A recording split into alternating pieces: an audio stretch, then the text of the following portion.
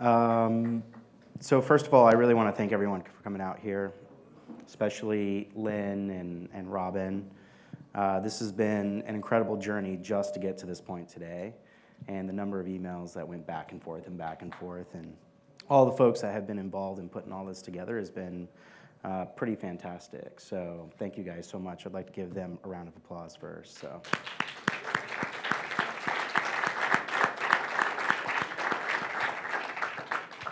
So I'm going to try to keep it short because I know that you guys all want to go play golf, even though I don't really do that myself. I have some clubs sitting in my closet at home, and they're pretty amazing, but I don't really know how to use them. But I kind of wanted to just really kind of maybe tell a few stories, talk a little bit about some of the things that I've learned, maybe hit on a few points there. But really to start, I kind of want to rewind just a little bit. Roughly about a year ago, I was sitting in my office, and I get this email, and it's from this guy named Robin Reyes. I had absolutely no idea who this guy was. But in his email, he said, your friend George P. Bush said that you would be really great for this conference down here in Mexico, and we want you to come and talk. It's called Emprende tu Mexico. And I said, okay, George referred me, okay, but I guess I better pay attention to this one.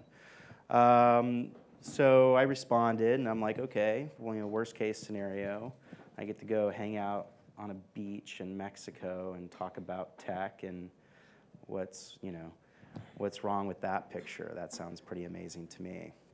So I hop on an airplane some months later and I fly down to Mexico, and I go through customs and pulling my suitcase along and walking out to the car, I'm walking out of the airport, and some guy's standing there with my name on it, and I'm like, okay, this is kind of cool. This is a lot easier than I expected. Walk out to the car and put my bag inside. I open up the door, and there's a Pacifico. I'm like, welcome to Mexico. This is amazing. Plus one Robin. So we're heading to from Puerto Vallarta to Punta Mita, and we get to these big, giant, like brown gates with like jungle pouring over them. I'm like, okay, where are we going? Like, is this like Jurassic Park? What's going on here? I don't really quite understand this, but it looks pretty cool. Go through and get to the St. Regis, and that's kind of where we were doing it that one year. And I got up there, and I got out of the car, and it's, of course, the most ridiculous view, that you've ever probably seen. And of course, somebody throws a glass of champagne in my hand. I'm like, this is amazing. Who wouldn't want to come here? So Robin rolls up in a golf cart, and he's like, hey, Tom, let's go. Hop on in. We'll put your bag over here. I'm like, okay. So I hop in the golf cart and kind of like drives me around, and it's just like, wow, this is, ridiculous. This place is magical. And, we were heading to a gentleman's house by the name of Jerry Kern, and who turns out to be quite the rock star. Get there, and, of course, Robin, sits down, and I sit down, and we're just sort of sitting there talking about tech and entrepreneurship. And then he gets up, and he's like, you want a margarita? Let me go get some limes, and like literally makes me like a fresh margarita. I'm like, okay, what the hell does this guy want? I think he's like trying to get me drunk or something. So, we get up there. We spend probably the rest of the afternoon just sort of watching the sunset, talking about social entrepreneurship, technology, all the things that I love to talk about. And it was a really great sort of first experience. But what was most interesting to me is when the next day I'm sort of rolling up into this panel, and wasn't quite sure exactly who I was going to be hanging out with. The sort of information gap was quite substantial at that point in time. It was kind of hacked together. It was sort of an impromptu event. And so I get up there, and of course, I have Lynn Hoffman, who's sitting back there, who's this corporate rock star that sits on like 37 boards and has the most amazing advice in the world. And John Rubinstein, this guy that like basically invented the iPod, and I'm like, what the fuck am I doing here? This is crazy. So and then I'm sitting there, and there's Karen Richardson, and she was chairman of High Five, and George P. Bush, who today is now running for Texas statewide office, following, I guess, in the family footsteps. And then, of course, there's this other dude, and his name's Meatloaf, and he's moderating our panel. And I'm like, wow, this is the oddest cast of characters like I've ever seen in my life. And he actually prefers to go by Meat, for whatever that's worth. So,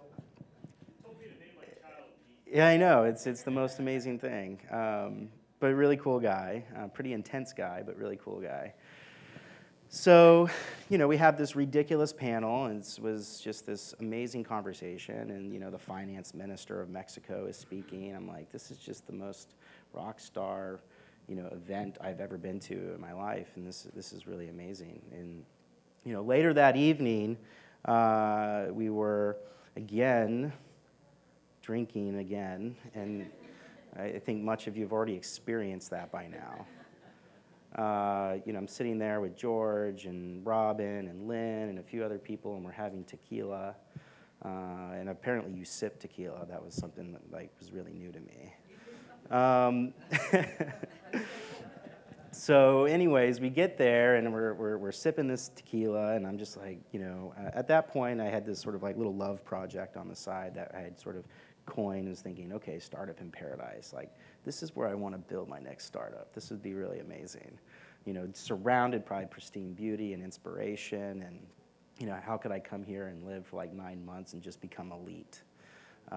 And it was funny because Lynn and I were just riffing back and forth for at least a few hours because she had been thinking the exact same thing.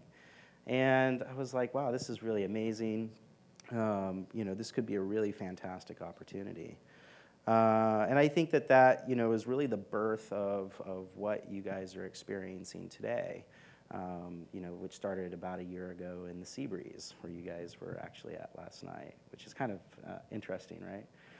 Yeah, so, and it was her birthday last night, and she didn't even tell me. I was so pissed off. Maybe I should go build a birthday app to remind myself. So anyways, that kind of came away from that conference, and long story short, 2 months later, Lynn's pounding out these emails to me, and I'm pounding out emails to her, and she goes, guess what, I got a business plan, let's do this. And so that was really the birth of it all, and I really am very thankful for what they have achieved. They've done just a fantastic job.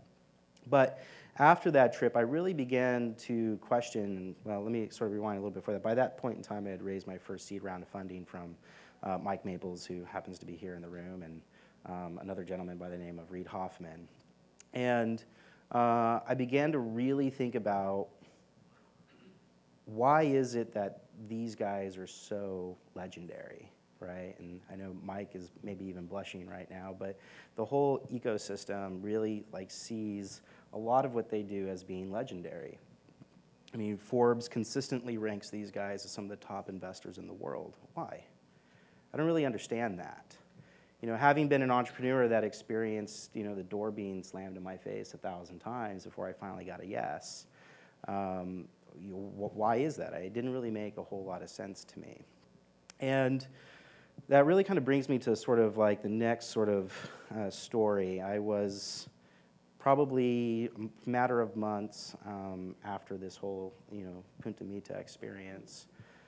I was having my first sit down with Reid after, months of having taken his money and yet not giving him an update, which he probably doesn't care, but I really wanted to give him an update and tell him where we were. At least at the time, I thought he didn't care.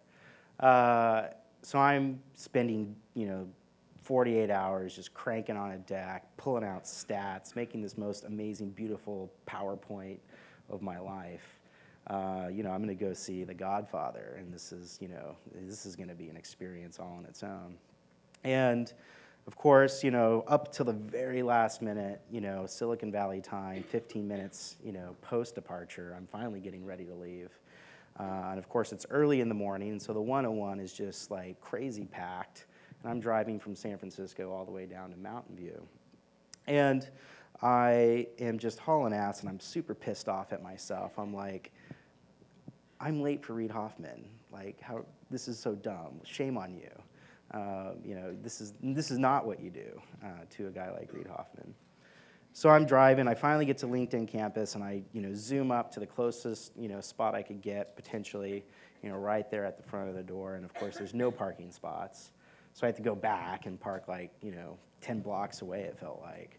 And I get out and I'm like running in, you know, to the LinkedIn office, you know, pausing for like the last 10 yards so I can just wipe all the sweat off so I don't look like I've been running. Roll up into Reid Hoffman's office, and, you know, the secretary's sitting there. And she's like, I'm like, you know, I'm here to meet with Reid. She's like, okay, great, yeah. Reid's running about 10 minutes late, so yeah, just have a seat right over here. So again, Silicon Valley time, you know, just never know, you know, what it's going to be. So I'm sitting there waiting. I'm, you know, sweating but not running. You know, Reid's about to come out and talk to me, and, you know, I feel like, okay, I got an hour with him. I'm just going to like drain him from as much knowledge as I absolutely can, because it might be 6 months before I get to talk to him again. So we go in, he comes out, and he's just got this giant smile on his face. He's like a big giant teddy bear, and he's just like, just super in love with the fact that I'm there. And he takes me back into his office there at LinkedIn, and he sits down, and I remember my first observation, wow, he's not a Mac guy, he's a PC guy.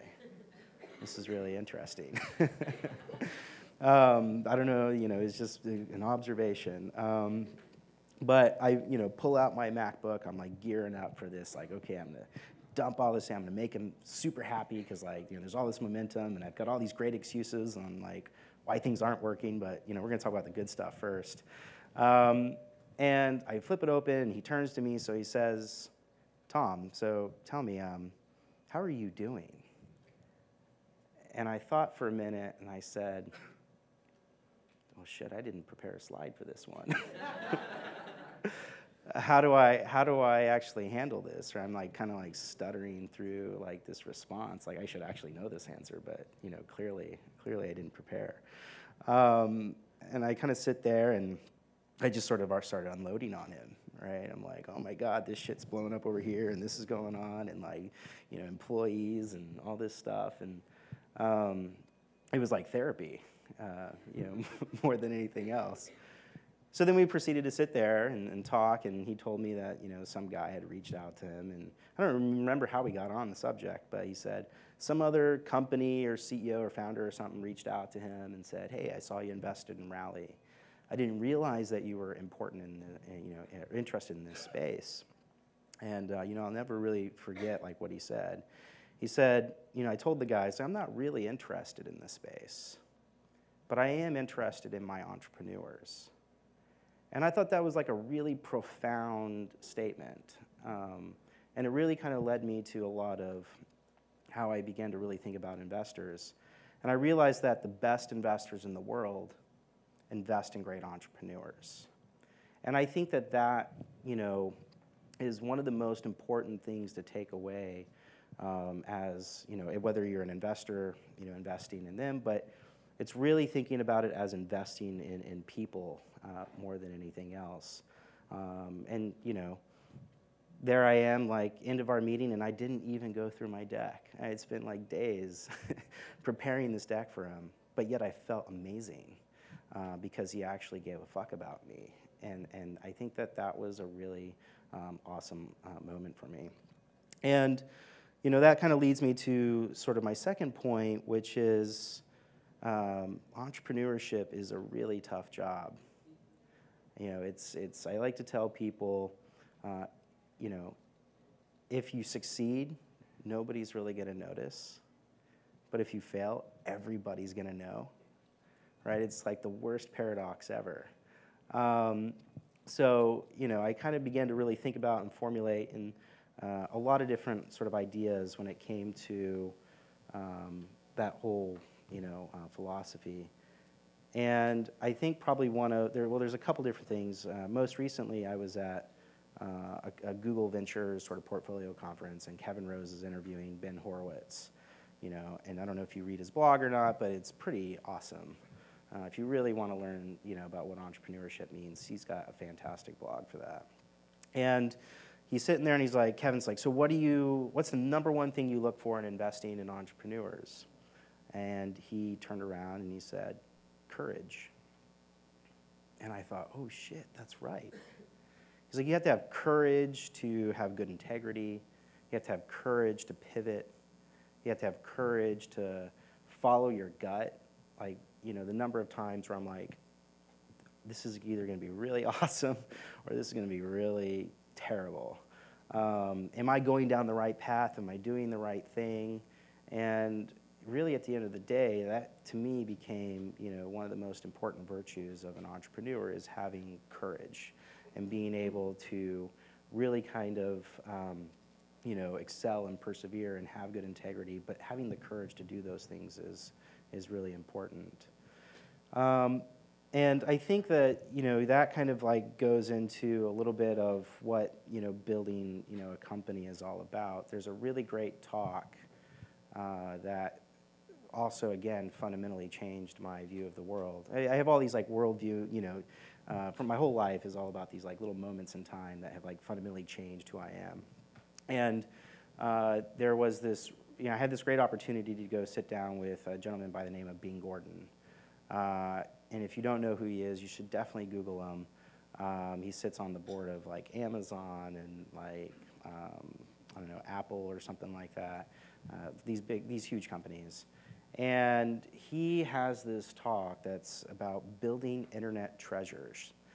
And if you Google Bing Gordon, Mark Pincus, internet treasures like Stanford, there's a great hour-long video about what that means.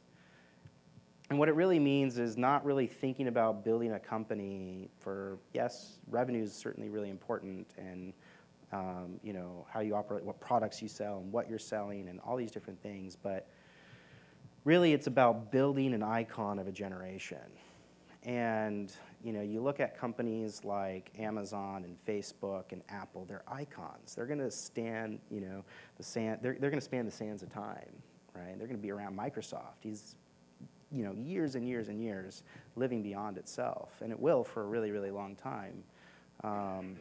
And I really found that that was a really great North Star for guiding me as an entrepreneur with purpose. And being able to really think about building Rally into not just a company, but an icon of my generation. And that's what really drives a lot of my focus every day. It's not about what I'm building, where I'm going, or anything like that. Certainly I have product roadmap and vision and where I want to be 2 years, 3 years, 5 years.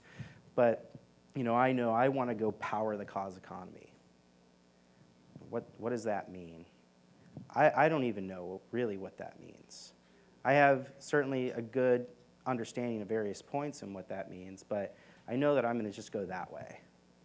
And I'm going to pivot and turn along the way. And you know, that is really scary because you're kind of just like driving into this dark gray nebulous cloud. And hopefully you actually make it. Which I think brings me to my third point, which is, you know, probably one of, you know, I certainly have made a lot of mistakes in that one. But I have found that like one of the most important things you can't do is outsource your culture. And I have been guilty of making that as a CEO. You go from 5 employees to like 25, and you're like, holy shit, what the fuck's going on? And there's like this person over here, and personalities there, and how do you manage all these people and teams and process, and or golden processes, as Bing would say. And you know, I outsource the culture, and it's like, really, no. At the end of the day, my job as a CEO and founder is to define the culture. You know, and that's really, you know, so important. It's probably one of the most important parts of the interview because everybody that you bring into your company is going to contribute or deviate you from that culture. And I found that by, you know, really, you know, ratcheting up, and I think Kevin had a really, I'm going to have to invite him over, and he's actually an advisor to Rally. He's going to have to come over and share these little packets with me on, you know, his different engineers and stuff. Like, I really thought that was fantastic. And those are the kind of things that I really want to mimic. And, you know, a lot of the, you know, culture definition means team and editing your teams quickly.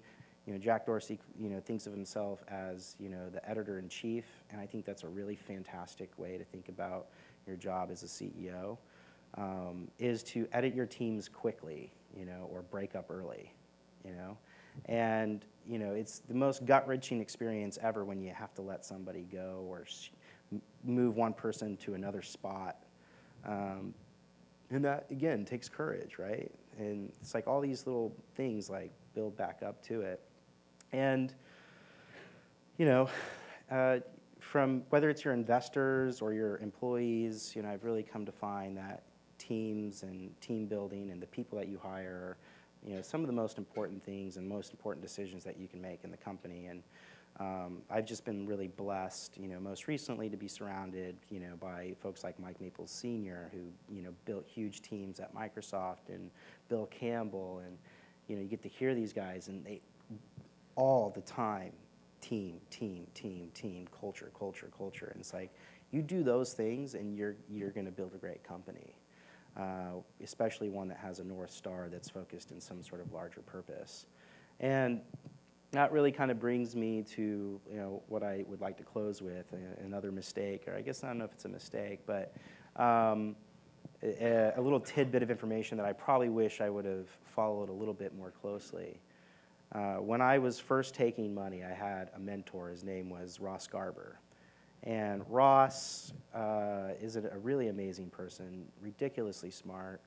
He, early on in the 90s, built a company called Vignette, and a lot of us may not necessarily know what that company is, but they were pretty much like the first content management system for like enterprise software. So a lot of the websites you would go to in the early 90s, like the CNETs of the world and stuff, they were leveraging a Vignette content management system.